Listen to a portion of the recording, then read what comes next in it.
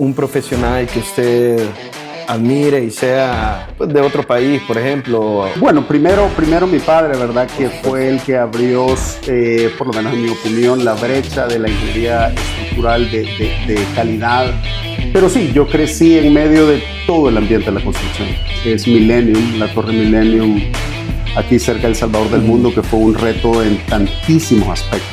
El proyecto de Surf Hills, permitir unas alturas de cielo mucho más altas.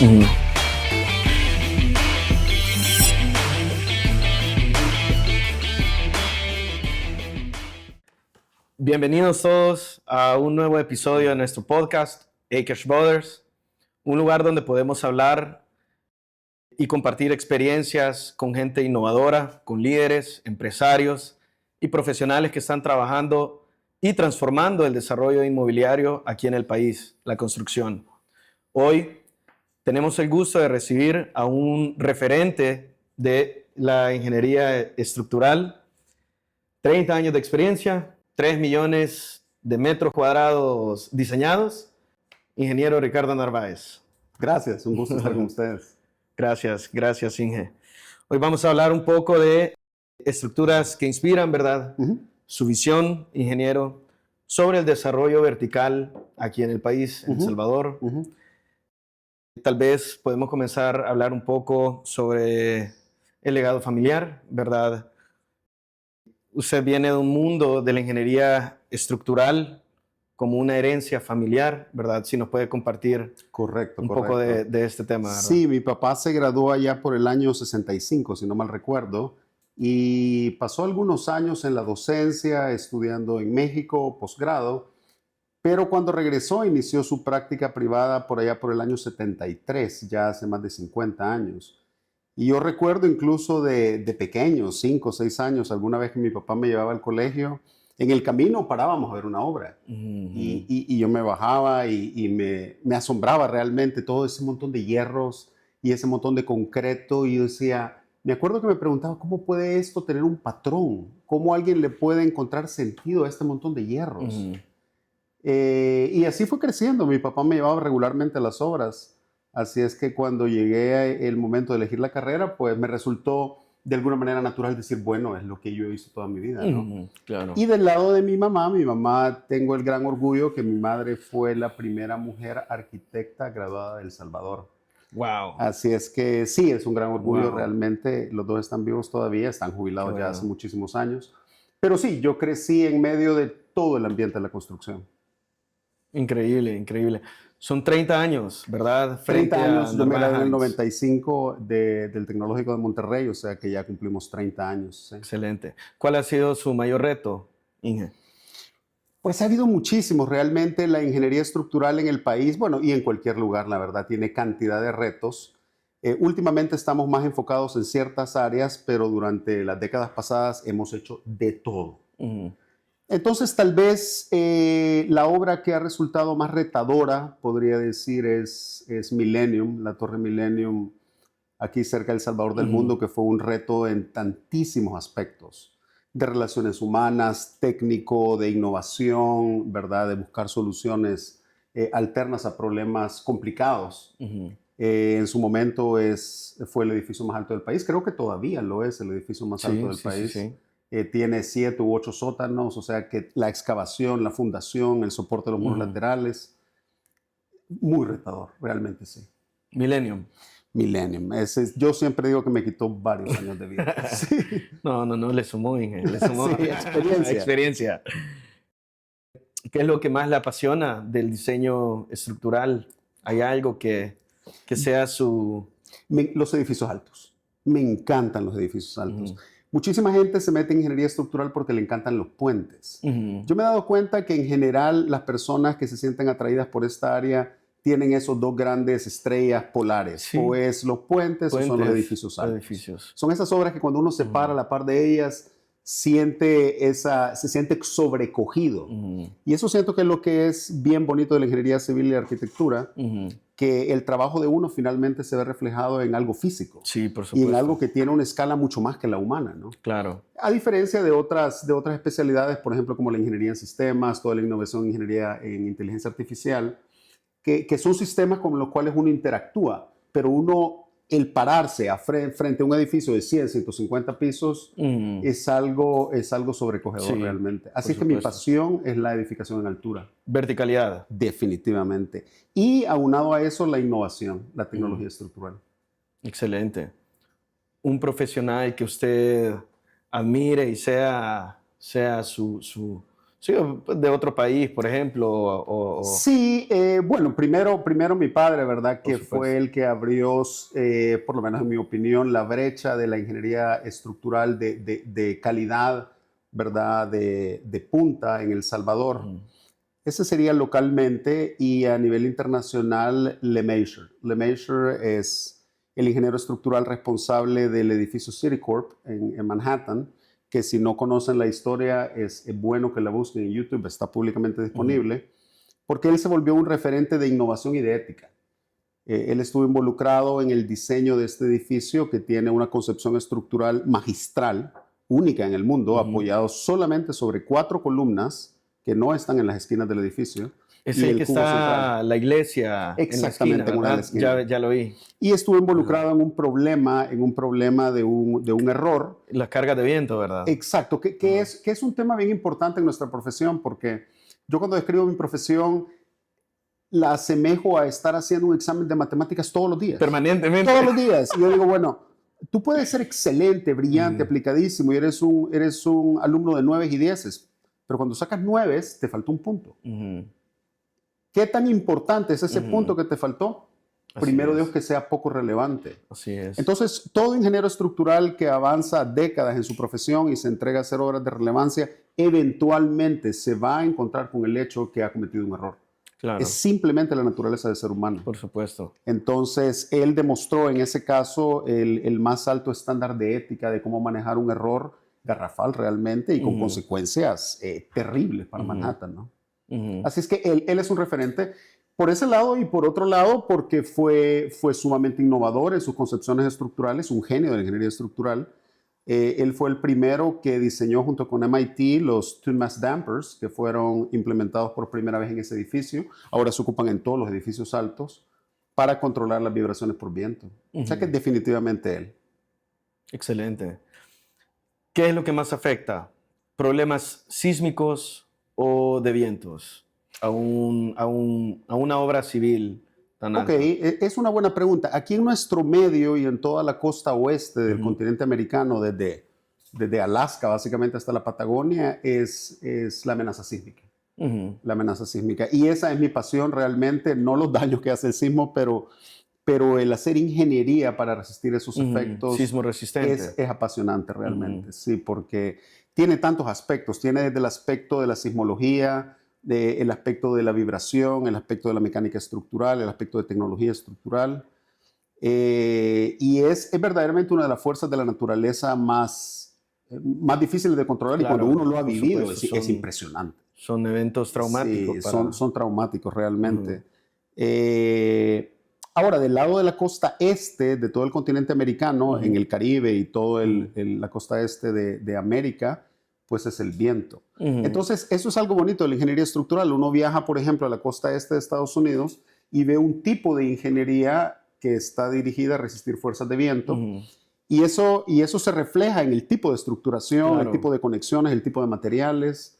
Uno viaja al oeste y con ojos de ingeniero estructural uno ve otro mundo. por supuesto. Yo siempre que voy a las dos costas les digo a mi familia, creo que están cansados de oírme, Ujú, mira los pasos de nivel, aquí estamos en San Diego, mira cómo difieren de los pasos de desnivel de ujú. Houston.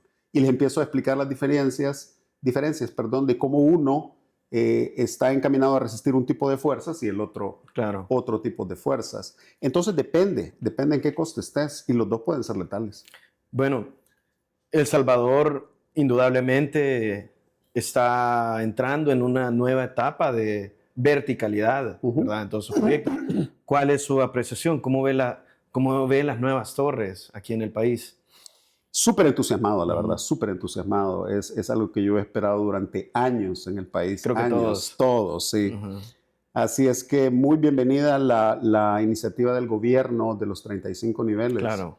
Creo que es un paso excelente para fomentar el desarrollo vertical del país.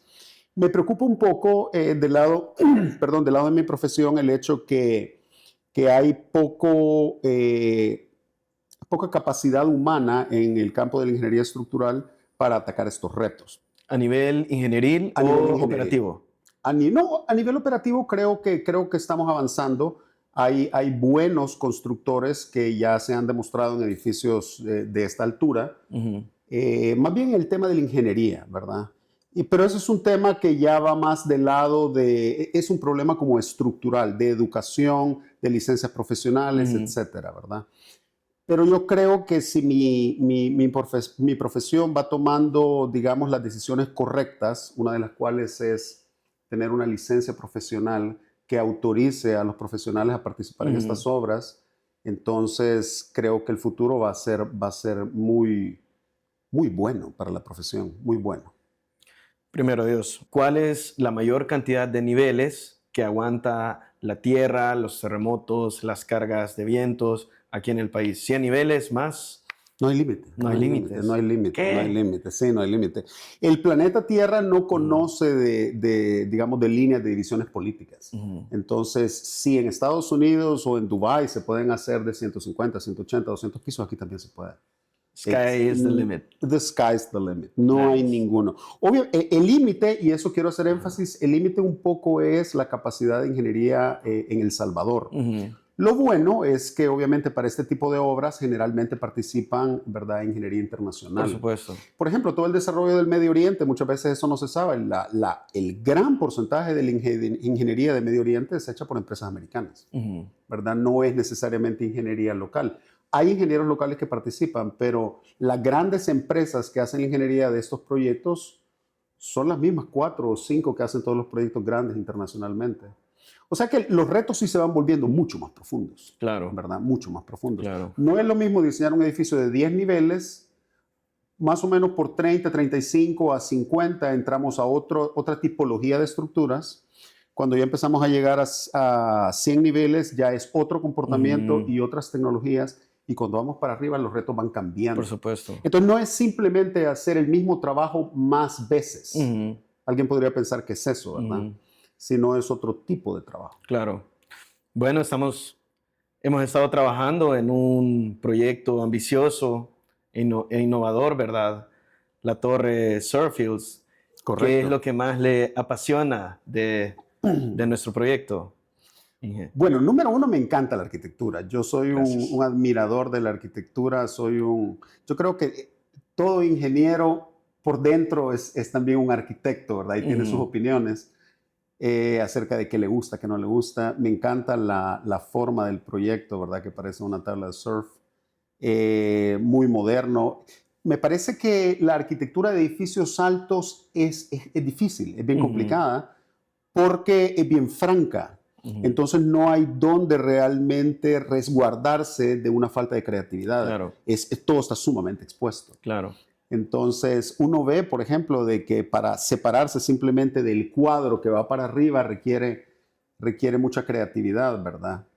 Así es que me gusta muchísimo, me gusta el emplazamiento que está bien alto con respecto al Pacífico. Correcto. Me encanta en los renderings que he visto cómo el sol cuando pega en la fachada, ¿verdad? Se refleja. Eso me encanta. Miami vibes. Exactamente, exactamente. Creo que va a ser un proyecto icónico en el país, Primero realmente Dios, Inge. icónico. ¿Nos puede hablar un poco del sistema postensado, Inge? ¿Cómo planea aplicarlo a la torre Surfields? Claro, claro. Ujú.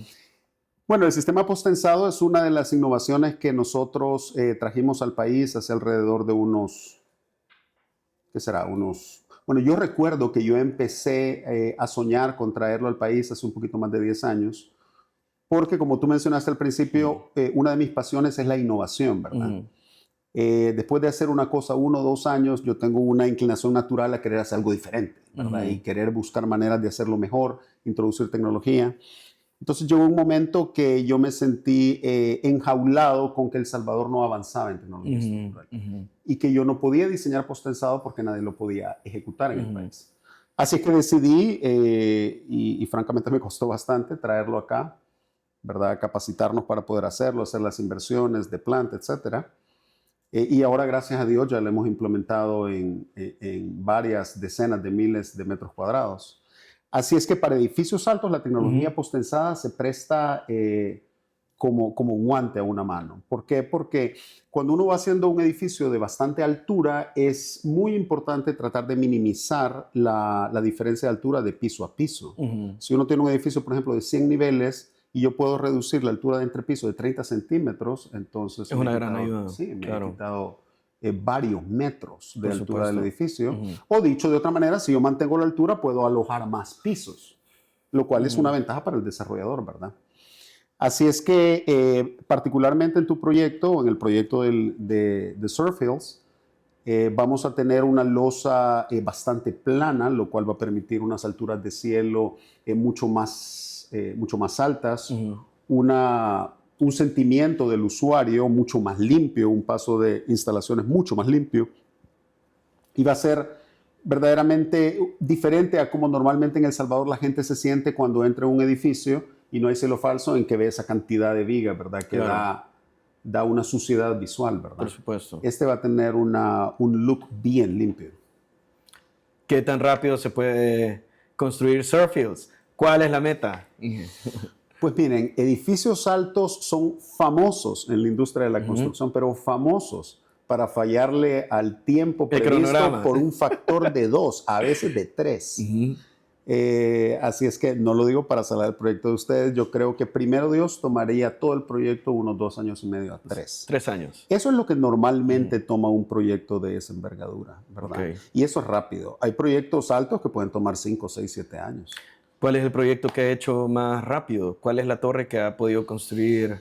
Bueno, ¿cuál es su récord? Millennium realmente se hizo bastante rápido. Creo que Millennium, desde que cuando nosotros ingresamos a Millennium, creo que ya estaba la excavación realizada, ya estaban los muros laterales realizados, pero no había fundaciones. Las fundaciones fue un reto bien especial. Con pilas de gran diámetro emplazadas directamente en el basalto.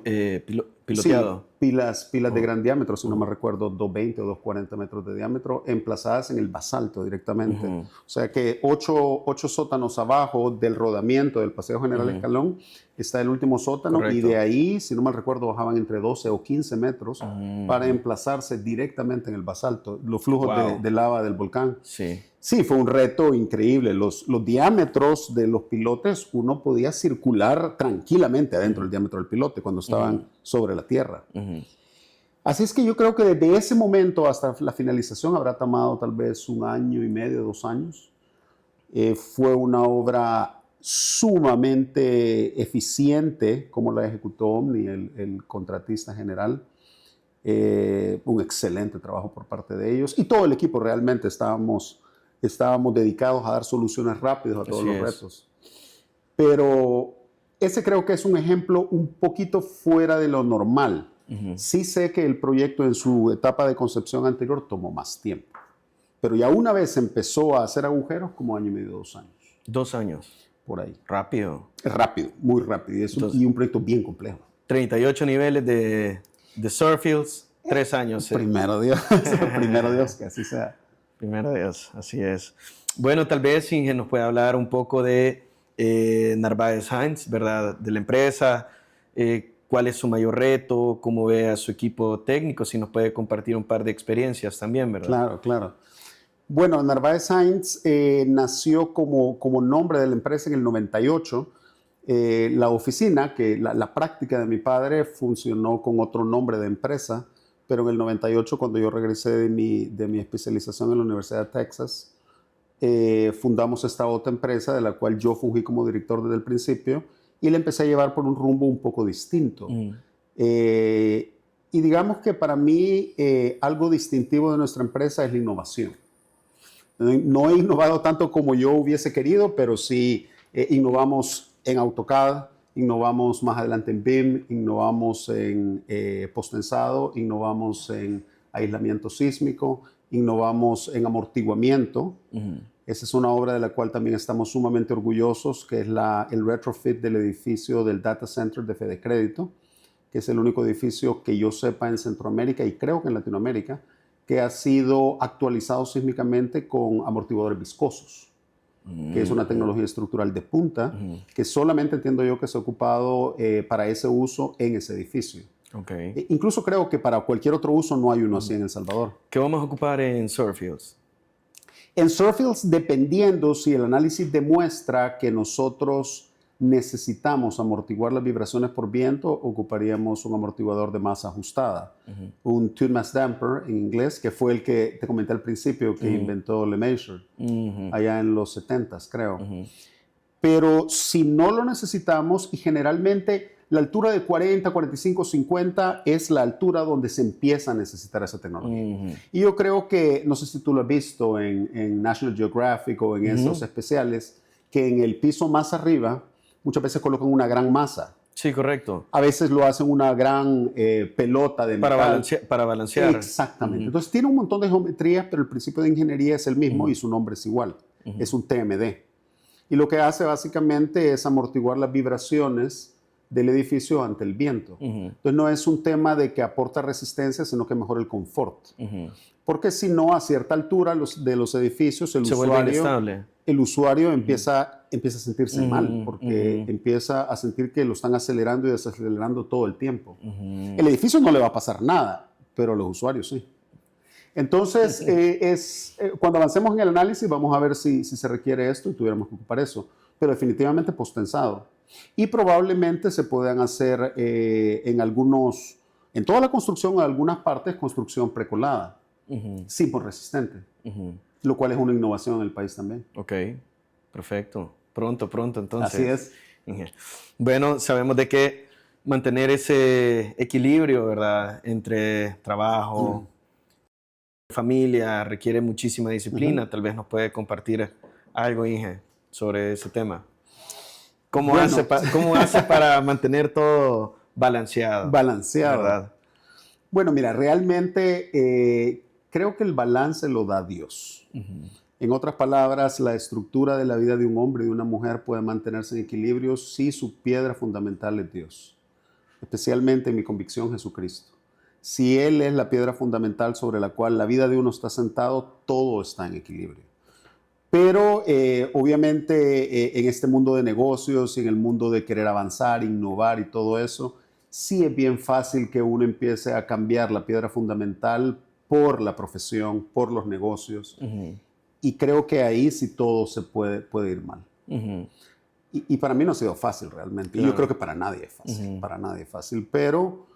Pero si uno trata verdaderamente de mantener a Cristo como el fundamento, ocupando la metáfora de la construcción como el pilote o la pila de gran diámetro que carga la vida de uno, entonces toda la vida de uno agarra dirección, ¿verdad? El trabajo agarra su lugar, la familia agarra su lugar. Así es. Etcétera. Dios es el que ilumina al final, ¿verdad? Así es. Pero definitivamente que eso no quita el hecho de que uno tiene que ver en el día a día cómo balancea, ¿verdad?, el trabajo. Por supuesto. Con la familia. Hay que repartir el pastel. Hay que repartir el pastel. Sí, pero en la ingeniería estructural, y yo creo que en otras profesiones, ¿verdad?, sí hay una dedicación, digamos, casi de 6 o 7 días a la semana si uno quiere avanzar y uno quiere innovar y quiere hacer una diferencia. Mi familia está acostumbrada a que sábados en la tarde y domingos en la tarde muchas veces yo trabajo. Así es, un sacrificio al final. Es un sacrificio, pero trato de hacerlo a horas en que tal vez, cuando mis hijos estaban pequeños, ¿verdad? En que sí, yo hacía un tiempo especial para ellos, ¿verdad? Sacarlos a andar en bicicleta, o ir aquí, o ir allá, ¿verdad? Ahora, pues hago un tiempo para salir con mi esposa, ¿verdad? Claro. Y con el tiempo he ido tratando de yo disciplinarme de ir menos sábados y domingos, ¿verdad? Para mí es un logro cuando no voy. Qué bueno, Inge. Sí. Qué bueno. Si no hubiera sido ingeniero estructural, ¿a qué se hubiera dedicado? ¿Qué hubiera sido? ¿Qué hubiera sido? Fíjate que tengo una anécdota interesante, realmente, que estoy recordando, y es que cuando yo me iba a graduar del bachillerato, yo recuerdo perfectamente que llegué con mi papá en su oficina de ingeniería y le dije que yo quería servir al Señor. Y mi papá realmente tuvo un momento de sabiduría divina, básicamente, porque fue un consejo excelente. Y me dijo, muy bien, pero antes de eso vas a sacar un título profesional. Después que termines tu título profesional, entonces puedes dedicarte a servir al Señor. Wow. Y a pesar de que uno a esa edad tiende a ser un poquito rebelde, Tenía 15, 17 años. 17 años. Realmente Dios por su gracia me permitió decir, bueno, lo voy a hacer. Y bien recuerdo que yo pensé, le va a agradar al Señor que yo obedezca a mi papá en este sentido. Entonces recuerdo que yo estudié en el Tecnológico de Monterrey, mi pregrado de ingeniería, que yo ingresé con esa visión. Yo voy a sacar ingeniería civil, me gusta, pero es simplemente un proceso que tengo que cumplir para continuar a lo que yo quiero hacer. Claro que pasó que en los 4 años me enamoré de la ingeniería civil, me enamoré tanto que luego saqué ingeniería estructural y aquí estamos 30 años después. Pero no ha quedado, digamos, fuera de mi visión el hecho de servir al Señor.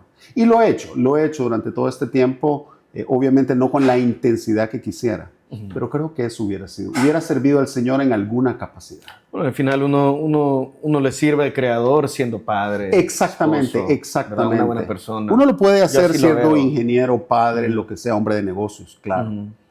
Eso es un muy buen punto. Sí, así es. Así uno le sirve. Así es, arriba. así es. ¿Alguna anécdota curiosa, algo que hasta en el mundo de la ingeniería lo sorprendió? Tal vez un trabajo de joven, algo que quisiera compartir. Inge. A ver,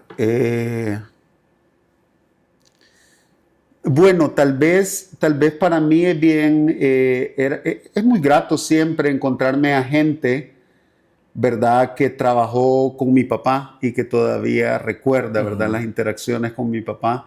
Eso ha sido algo que me ha acompañado en mi práctica profesional, ¿verdad? Claro. A veces, incluso a veces, la gente me dice, yo trabajé con su papá. Sí, entonces yo muchas veces indago, porque me da curiosidad saber cómo lo conocieron. Y de pronto escriben la obra y les digo, no, ese ingeniero Narváez soy yo. Porque se confunden y creen que es mi papá. Mi papá se llama René, ¿verdad? Así es que eso ha sido algo bien curioso de mi profesión, ¿verdad? Que siempre, todavía cada vez menos, porque ya la generación que trabajó con él va saliendo. Pero al principio y en los años pasados ha sido bien grato entro en algún lugar y me dicen, yo conocí a tu papá, ¿verdad? Yo trabajé con tu papá. Y eso en los años primeros de mi profesión me abrió bastantes puertas y hoy en día genera un tipo de bonding, ¿verdad? Con la gente que trabajó con mi papá, a pesar que ya básicamente no queda casi nadie, ¿verdad? Claro. Ajá. Bueno, yo la verdad personalmente, yo siempre quise estudiar ingeniería civil. Yo soy ingeniero en logística y distribución, ¿verdad? Actualmente estoy sacando la segunda ingeniería. Así me contaste. Le había comentado. ¿Cuál es su consejo a los nuevos ingenieros de El Salvador? ¿Cuál fuera algo que usted, pues, les Bueno, recomendara? yo tengo tal vez un gran sueño para la profesión de la ingeniería civil y es que, número uno, tengamos licencias especializadas para las áreas de la ingeniería civil. O sea, que tengamos una licencia para la ingeniería estructural, una licencia para la ingeniería geotécnica, una licencia incluso especializada para construcción en altura, por ejemplo. ¿Qué le recomendaría yo? Eso es para mí, para, digamos, los colegas. Y para el rubro, ¿verdad? Que eso es algo que primero Dios lo hagamos. Para el estudiante, número uno, que traten verdaderamente de aplicarse, traten de estudiar, traten de verdaderamente penetrar en estos años de estudio en todo el mundo de la ingeniería civil lo más que puedan. Como en todas las profesiones, una vez uno se gradúa, es bien difícil seguir estudiando. Pero yo creo que en la ingeniería civil también es importante, mientras uno está estudiando, encontrar cuál área le apasiona a uno, ¿verdad? Porque el área civil tiene tantas áreas. En nuestro país, lastimosamente, generalmente se dedican a la construcción o tal vez un poquito a la ingeniería estructural, ¿verdad? Pero en otras partes uno se puede dedicar a ingeniería ambiental, se puede dedicar a ingeniería hidráulica, ingeniería geotécnica, transporte, construcción. Entonces, encontrar la pasión es bien importante. Y número dos, yo les aconsejaría que traten de acceder a la mejor universidad que les permita el tiempo y el presupuesto. Que tomen las clases más difíciles. Así es. Que traten de aprender lo más posible. Porque una vez se sale a la práctica es bien difícil. Claro. A mí me toca. Yo paso estudiando todos los días. Sigue estudiando. Sí. Permanentemente. Sí, permanentemente. Es como te dije al principio, la ingeniería estructural bien ejecutada es un examen de todos, Permanente. De todos los días. Y la verdad que así debería ser para todas las personas. La desactualización es un mal que aqueja a todas las profesiones, ¿verdad? Así es. Comparto 100%. La verdad, yo personalmente quiero seguir estudiando. Así ¿verdad? es. Permanentemente, ¿verdad? Inclusive después, un poco estructural, tal vez no meterme tanto. Pero nociones es muy importante. Comprender, tener comprender las cosas comprensión. básicas, Exactamente. correcto. Lo hidráulico también, por Exacto, ejemplo. exacto. Pasa mucho que en el rubro de la construcción uno interactúa a veces con ingenieros de muchísima experiencia o arquitectos y se les han olvidado las cosas fundamentales y básicas del equilibrio, ¿verdad? Entonces, eso no debería pasar. Claro. Constante preparación, entonces. Correcto.